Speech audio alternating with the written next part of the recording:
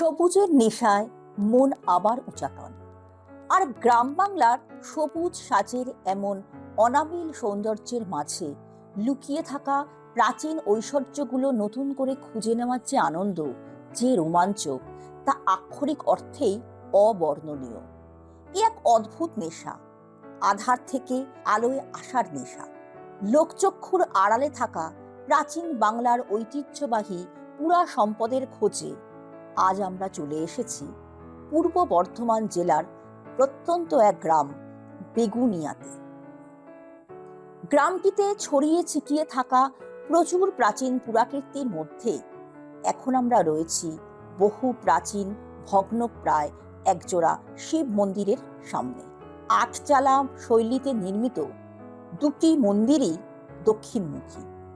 অবশ্য আটচালা হলেও আগাছার ঝোপ জঙ্গলে বর্তমানে ঘেঁকে গেছে উপরের চালা চারটি। দুটি মন্দিরই এক দুয়ারি। ধনুকাকৃতি কার্নিশের সমান্তরালে এক সারি আলপনাধর্মী নকশার পোড়ামাটির ফলক নজরে আসে, আর জোড়া পাখির ছোট ছোট ভারবাহকের মূর্তির সারি। প্রবেশপথের উপরের অংশে পোড়ামাটির দুটি প্রস্ফুটিত শতদল টিকে আছে এখনো, আর রয়েছে একটি প্রতিষ্ঠালিপি।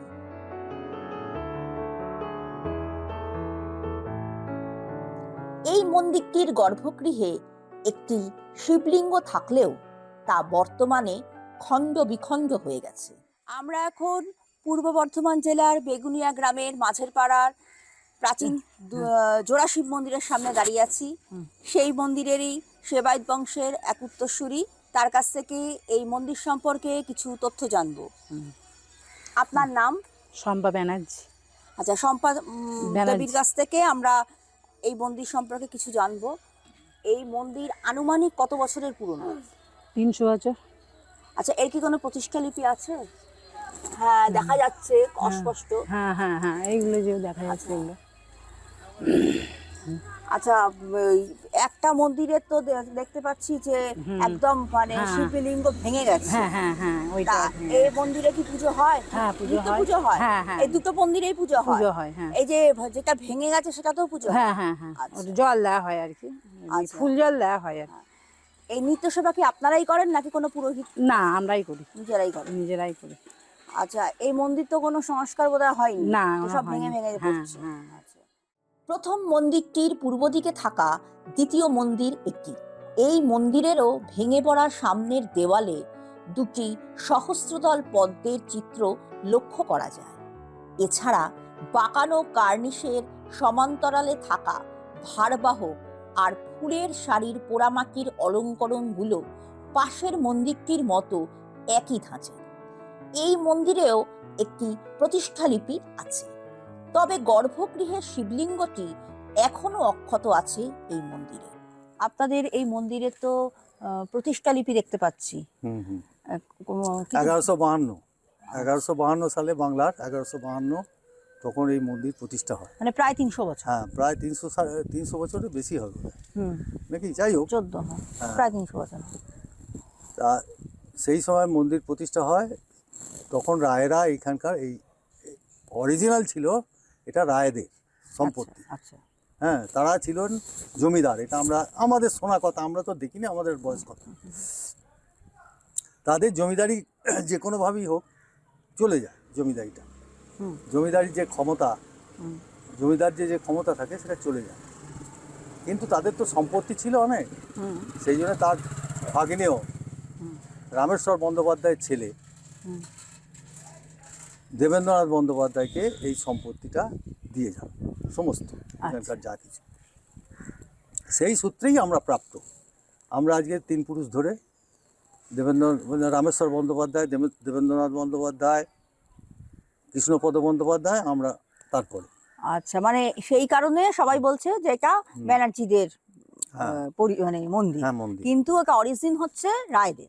অরিজিনাল রায়দের, অরিজিন যারা তৈরি করে গেছে তারা হচ্ছে রায়রা। হ্যাঁ, আমরা নই। যেটা ঘটনা সেটা বলছি। হ্যাঁ, না না, ঠিক আছে। সত্যটাকে অস্বীকার করে তো লাভ নেই, এটা সত্য। এবং তাদেরই তো আমরা উত্তরসূরি, দহিত্রী, তাদেরই মেয়েদের রক্তে। হ্যাঁ, মেয়েদের। হ্যাঁ। মেয়েদের সম্পর্কে ওটা আছে। কি ওদের এইটাই ওদের আদি নিবাস ছিল, রায়দের এটাই আদি হ্যাঁ, নিবাস? আদিনিবাস, বিরাট বাড়ি, ওখানে গিয়ে দেখতে পাবেন আর একটা মন্দির হ্যাঁ। আছে, মন্দির সমেত বাড়ি, বিরাট বাড়ি। সেসব ভেঙে গেছে, এখন আর কিছু নেই। আচ্ছা, এই মন্দির তো রক্ষণাবেক্ষণ আর কিছুই হয় না, একটু ভেঙে ভেঙে রক্ষণাবেক্ষণ পড়ছে। করার মতো ক্ষমতা আমাদের নাই। আচ্ছা, কোনোদিন কি রক্ষণাবেক্ষণ হয়েছিল? আপনি না না, আমরা দেখিনি কোনোদিন। আপনি কোনোদিন আমরা দেখিনি। আচ্ছা, এই রক্ষণাবেক্ষণ সম্পর্কে কোনো চিন্তা ভাবনা করেছেন কি? চিন্তা ভাবনা করলেও কোনো উপায় নেই, কেন অর্থটাই হচ্ছে বিরাট। কোনো ট্রাস্টি বোর্ড ফোর্ড কিচ্ছু নেই? কিচ্ছু নেই এখানে, কিচ্ছু নেই। কোনো সরকারি সাহায্য বা কিছু, কোনো মানে অনেক ভালো ভালো প্রতিষ্ঠান আছে, হ্যাঁ, আপনি অনেকে তুলে করে ধরুন দেয়। যদি আপনার কিছু বক্তব্য থাকে। যদি কেউ করে দিতে পারেন, এখানে শুধু আমাদের এই দুটো মন্দির নয়, অনেক এই পাশে দুটো মন্দির রয়েছে, আরও আমাদের ওইখানে আরেকটা আছে, এরকম অনেক মন্দির রয়েছে আমাদের গ্রামে, সেগুলো যদি সংস্কার করে দেয় ভালো ভালো হবে। পাশাপাশি অবস্থিত শিব মন্দির দুটির গঠন আর পোড়ামাটির অলঙ্করণের ক্ষেত্রে সাদৃশ্য থাকলেও প্রতিষ্ঠাকাল কিন্তু এক নয় এই দুই মন্দিরের। প্রতিষ্ঠালিপি অনুসারে দুটি মন্দিরের নির্মাণকালের ব্যবধান 7 বছরের। প্রায় 300 বছরের প্রাচীন এই মন্দির জোড়া বর্তমানে একেবারেই ভগ্ন। জন্মলগ্ন থেকে সংস্কারহীন অবস্থায় কোনো রকমে দাঁড়িয়ে আছে, যদিও ভাঙা দেউলের দেবতা নিত্য পূজিত হন আজও। মন্দির দর্শন শেষে আমরা আবার এগিয়ে চলি পরবর্তী গন্তব্যের উদ্দেশ্যে।